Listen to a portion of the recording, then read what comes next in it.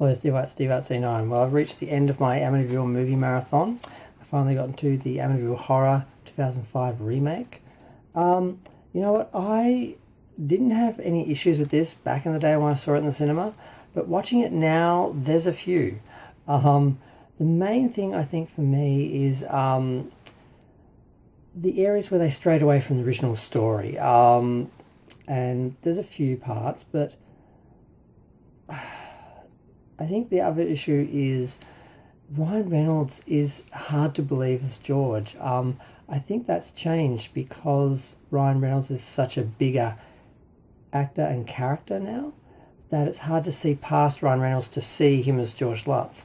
As a Canadian, he's just unconvincing as evil. And when he's got his shirt off, he's distracting as hot. So it's hard to see past that and see George. Now, he's done a good job of playing tormented and struggling with being a stepfather and all those, but when he actually tries to be evil, it's still Ryan Reynolds. And I think that's just something that's changed with his persona now, whereas when I saw this in the cinema back in the day, I'm fairly sure I was convinced.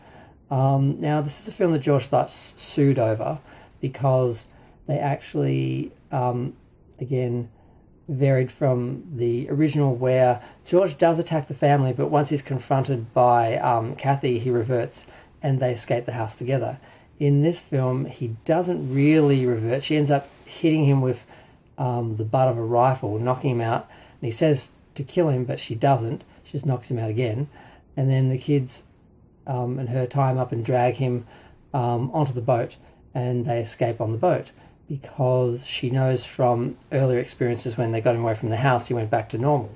So he actually does chop the family dog up with an axe, but he doesn't know it's a dog. It comes at him, he sees like a demon or a zombie or something, and he just hits out at it with the axe, and it's the dog. He chops it up, and then he realizes it's actually the dog, and then he just hides it and pretends like it didn't happen, but he's traumatized by it.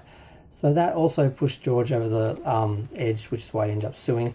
And that was what stopped them doing a sequel to this, because this film did well.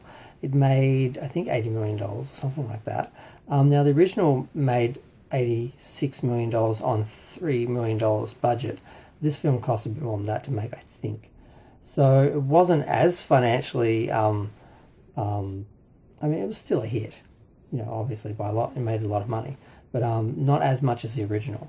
But, I mean, the production design is good. It feels like the 70s. I mean, Ryan Reynolds is good, but, there are still these moments where Ryan Reynolds' stuff, and you're just like, couldn't you have just played that as George? Because George and Ryan Reynolds are very different people, very different characters. Now, of course, our beloved national treasure is perfect in every frame. Melissa George is just, perfect, and she is totally believable. The most terrifying scene in the film is the scene on the roof. It's even more terrifying now. I know that they filmed it live on the roof of the house, just with a giant crane and the actors on wires, and it's terrifying. And I don't know how the kid had no fear, and she had no problem filming it. I think the other actors struggled with it. But probably the only other issue is the kids. The younger kid's annoying. The older kid shouldn't be older, because all the kids in the Amityville movies were young. So they were cute, they were harmless, they were defenseless, they were vulnerable, you were scared for them. This film, they aged up one of the kids to a teenager. He's 12, and he's just annoying, and you just want to slap him. And there's moments where he's being abused, and you're just like, not bothered by it. There is one scene where Ryan is kind of terrifying. He's chopping the wood and making the kid hold the wood when he hits it with the axe, and he's terrified, of course. And there's a scene where he grabs him by the face and just looks right in his eyes. He says, "We're friends, right?"